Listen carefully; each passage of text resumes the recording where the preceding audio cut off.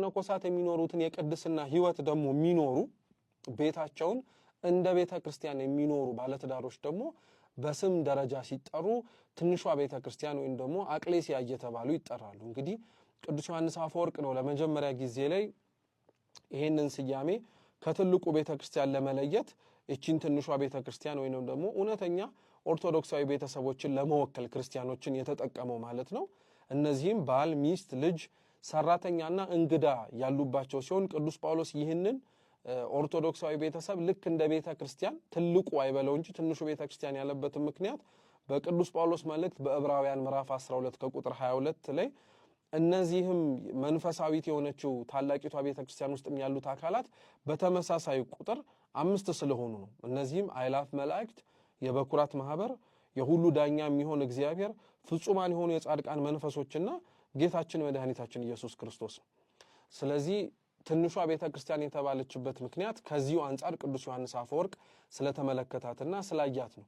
እንግዲህ እንዴት ነው ኦርቶዶክሳዊ ቤተሰብ ቤተ ክርስቲያን እየተባለ የሚጠራው ሊባል ይችላል። አንደኛው በዘይቤ እያንዳንዱ ግለሰብ ቤተ ክርስቲያን ነው። ቅዱስ ጳውሎስ የቆሮንቶስ መልእክቱ ላይ ሲያስተምር እናንተ ሰውነታችሁ የእግዚአብሔር ቤተ መቅደስ ማረፊያ እንደሆነ አታውቁምን እያለ ይነገራል።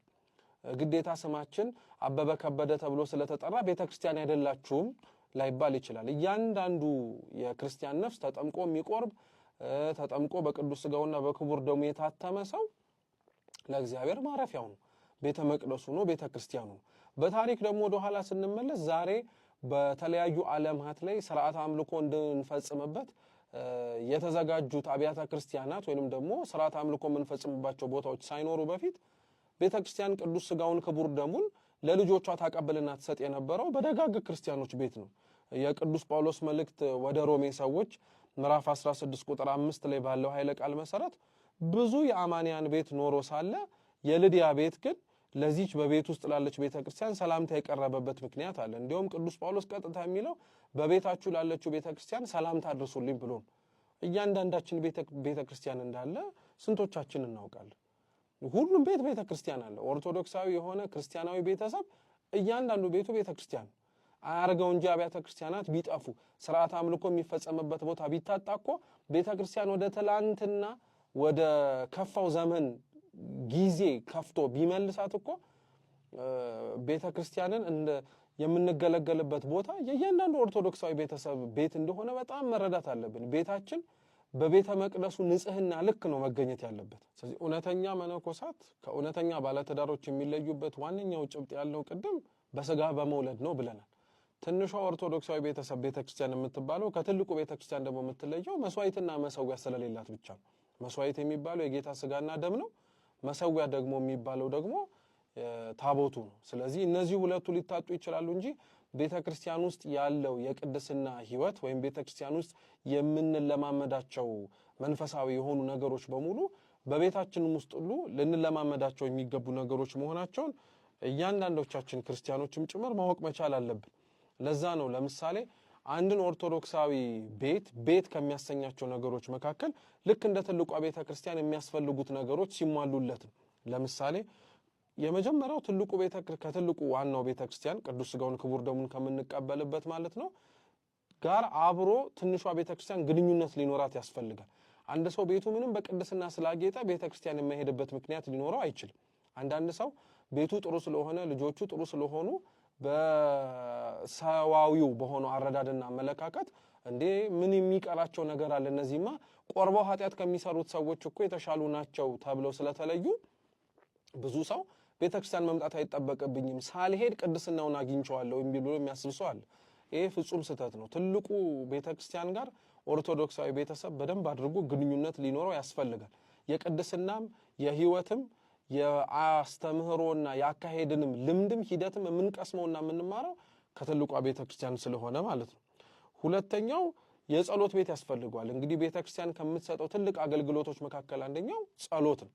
በዚህ ጸሎት ቤት ውስጥ እያንዳንዶቻችን ቤት ውስጥ ግዴታ ክፍል ላይሆን ይችላል። ነገር ግን ጸሎት የምንጸልይበት ቦታ ተለይቶ ሊዘጋጅ ያስፈልጋል። በዛም ቦታ ላይ አንደኛ ቅዱሳት ስዕላትን ማድረግ የቅድስት ሥላሴን የእመቤታችንን እንዲሁም ደግሞ ቤታችንን እንዲጠብቀው የምንመርጠው የልባችን ወዳጅ ሊሆን ቅዱስ ሊሆን ይችላል። ቅዱስ ጊዮርጊስም ሊሆን ይችላል፣ አቡነ ተክለ ሃይማኖትም ሊሆን ይችላል። እኒህን እናረጋለን። ከዛ በተጨማሪ ደግሞ ቅዱስ መስቀል ይኖራል፣ መጽሐፍት ይኖራሉ። አንደኛ የጸሎት መጽሐፍት ናቸው። ሁለተኛ በመንፈሳዊ ህይወታችን የሚያግዙንን የቤተ ክርስቲያንን ስርዓት የጠበቁ ቅዱሳት መጽሐፍት ሊኖሩን ግድ ይላል። በተጨማሪ መብራት ሊኖረን ግድ ይላል። ማለትም በጸሎት ጊዜ ላይ የምናበራው ሻማ ወይንም ደግሞ የሚበራ ፋኖስም ሊሆን ይችላል። እንዲህም ሊኖረን ያስፈልጋል። መብራቱ የሚያሳየው የቀለጡ መኖርን ስለሆነ በሃይማኖት እየኖሩ ዋጋ መክፈልን ስለሆነ እምነትና ጸበል ያስፈልገናል። በጸሎት ቤታችን ጸሎታችንን ጨርሰን ከምግብና ከመጠጥ ተከልክለን በቆየንባቸው ጊዜያት ውስጥ መቅመስ የምንፈልገው ነገር ሲኖር ቀድመን እምነቱን ጠበሉን በሰውነታችን ለመቀባት ለመጠጣትም ጭምር የሙዳይ ምጽዋት ሳጥን ሊኖረን ይችላል። ትንሽዬ እንደ ባንኮኒ አይነት በተለይ አስራታችንን እየረሳ እንደምንቸገር ሰዎች በዛች በጸሎት ቤታችን ውስጥ በዛች ሙዳይ ምጽዋት በማስቀመጥ ልክ ወሩ ሲደርስ አምጥተን ለትልቁ ቤተክርስቲያን ለአጥቢያችን ላለው ማለት ነው ለማስገባት ህፃናትንም ጭምር በዛ መስጠትን እናለማመዳለን። ህፃናት ፎቶግራፊክ ሜሞሪ ነው ያላቸው።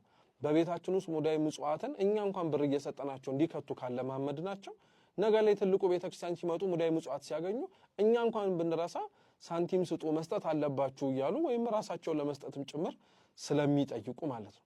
እኒህ ነገሮች በሙሉ ተሟልተው ከጨረሱ በኋላ የቤተ ክርስቲያኒቷ አገልግሎት ግን ጨረሰ አይባልም። አሁን ይሄ በሙሉ ያለ ዘረዘረው ነገር ትልቁ ቤተ ክርስቲያን ያለ ነገር። አንድ ቤተ ክርስቲያን ውስጥ ግን ይሄ ሁሉ ነገር ተሟልቷል ማለት ቤተ ክርስቲያን በቃ አለቀ አገልግሎት ትሰጣለች ማለት አይደለም። በሊቃነ ጳጳሳት ትባረካለች። የኛም ቤት እነዚህን ነገሮች በሙሉ በጸሎት ቤታችን አሟልተን ከጨረስን በኋላ አበነፍሶቻችንን ወይም የንስሐ አባቶቻችንን ጠርተን ጸሎት አድርገው ቤቷን እንዲባርኩልን ወይንም ደግሞ ምንጸልይባትን አንዲትም ጠርዝም ትሁን ቦታ እንዲቀድሱልን አድርገን እናስባርከዋለን። ከዛ በኋላ በይፋ አገልግሎቱን ጀምራለች ያቺ ቤት ወይንም ደግሞ ያቺ ቦታ ይባላል። የሚገርመው አንዳንድ ቦታ ላይ እንዲያውም የጸሎት ቤታቸውን ስም ራሱ የሚያወጡለት አሉ። ኦሪት ዘዳግም ምዕራፍ 6 ቁጥር 9 ላይ በቤተ መቃኖች በደጃፍም በሮች ላይ ጻፈው የሚል ጥቅስ አለና ያቺን ጥቅስ ምክንያት አድርገው አንዳንድ ቤቶች የጸሎት ቤታቸውን ስም ይሰጡታል። በገበዛቸው ሊሆን ይችላል። ለምሳሌ እመቤታችን ገበዛቸው የሆኑ ሰዎች ከሆኑ ቤተ ማርያም ይባላል፣ ቤተ ማርቆስ ሊባል ይችላል፣ ቤተ ተክለ ሃይማኖት ሊሆን ይችላል። ያ ቤት እግዚአብሔር ማረፊያው እንደሆነ ሁሉም ክፍሉ እንደሆነ ሁሉ በዛች ቤት ደግሞ በተለየ መልኩ የልጃችን የኛ እንደምንለው ክፍል ይህ የገበዛችን ክፍል ነው ብለን ወይም ይህ የገበዛችን ቦታ ናት ብለን ወይም የእግዚአብሔር ቦታ ናት ብለን ልናስቀምጠው ያስፈልጋል ማለት ነው። ከዛ ባለፈ ግን በአገልግሎት ደረጃ ብንመለከተው ከትልቁ ቤተክርስቲያን እነዚህ ነገሮች ብቻ ሳይሆን ትንሿ ቤተክርስቲያን ወይም ኦርቶዶክሳዊ ቤተሰብ ብዙ ነገሮችን ሊወስድ ይችላል። ለምሳሌ የቤተሰብ ጸሎት የማቴዎስ ወንጌል ምዕራፍ 18 ቁጥር 20 ላይ ክርስቶስ ምን ይላል? ሕፃናትን ወደኔ ይመጡ ዘንድ አትከልክሏቸው ብሏል። ብዙ ቤቶች ላይ በጣም የሚገርመው ነገር አንደኛ የቤተሰብ ጸሎት አይኖርም። ሁለተኛ የቤተሰብ ጸሎት ደግሞ ካለ የቤተሰብ ጸሎት ውስጥ ሕፃናት እንዲሳተፉ አይደረግም። ስለሚረብሹ ህሊናን ሰብስበው ለመጸሎትም ጭምር ለመጸለይ ስለሚያዳግቱ ብዙዎች ልጆቻቸውን ስለ ጸሎት የሚያሳዩአቸውም ሆነ የሚያስተምሯቸው ነፍስ ሲያውቁ እንዲሆን ይመርጣል። ነገሮችንም ሲባሉ ለመስማትም ግን እውነት ለመናገር ሕፃናት በጸሎት ቤት ውስጥ መራቅ የለባቸውም። አሁን ሊረብሹ ይችላሉ። የሚይዙት የሚነኩት ነገር ስለሚፈልጉ ነው። ብንችል ምናልባት ወደፊት እኮ እዚህ ባለ አንዳንድ ስዕል አድህኖ ባለ አንዳንድ ብር ስዕል አድህኖ ተብላ ድሮ ትሸጥ የነበረችዋን በእነሱ ልክ እንዳይቆርጣቸው ጠርዞቹ ተስተካክለው የሚይዙት እያደጉበት የሚመለከቱት ነገር አድርገን ብንሰጣቸው ጸሎት ቦታቸው ላይ በጸሎት ቦታቸው ላይ ትንሽ ለነሱ ማረፊያ የምትሆን ጸሎት ስናደርግ እኛም አብረው የሚገኙበትን ምክንያት በእናት በአባታቸው እቅፍ እንዲሆኑ ይፈልጋል። ለምን እግዚአብሔር እኛን ስለ ጽድቅ ስራችን ብሎ ላይመለከተን እንደሚችል ከኃጢአታችን አንፃር እናውቅ ይሆናል። ሕፃናቱ ግን ንጽሐ ጠባያቸው ያላደፈ ስለሆነ እነዚህን ሕፃናት ብሎ እንኳን እኮ ሊጎበኘን ይችላልና ሕፃናትን ጸሎትን የምናስለምዳቸው ስናድግ አይደለም ሲያድጉ አይደለም ገና በልጅነታቸው ወላጅ ሲጸልይ ማየት አለባቸው። ወላጅ ቆሞ ከስዕል ፊት ሲያደርግ የሚያዩትን ነገር ነው እነሱ የሚያደርጉት። ለዛ አይደለ አንዳንድ ቤተክርስቲያን ስንሄድ ከወላጆቻቸው እጅ ወይንም ደግሞ ጭን ላይ ወርደው መሬት ላይ ሲያስቀምጧቸው መሬቱን ዝም ብለው ይስሙታል። ሕፃናቱ ማን ሲያረጋ አይተው ነው አካባቢያቸው ላይ ያለውን ሰው ሲጸልይ ሲያዩ ይጸልያሉ። አፋቸውን ከፍቶ ሲቆርቡ ሲያዩ አፋቸውን ይከፍታሉ። ይሄን የምንለው ሕፃናት እንደ ጠባያቸው የማያስቸግሩ አይሆንም እያልን አይደለም። ግን ልምዱን ለማዳበርና ለማሳደግ ግን ግዴታ ነፍስ እስኪያውቁ በሚለው መቀመጥ የለባቸውም፣ አብረው ማደግ አለባቸው። ይሄን የቤተሰብ ጸሎት ቤተክርስቲያን ታደርገዋለች። ምእመን፣ ዘር፣ ጎሳ፣ ብሔር፣ ትልቅ ትንሽ፣ አዋቂ፣ ያልተማረ፣ የተማረ ብላ ሳትለያይ ሁሉን ሰብስባ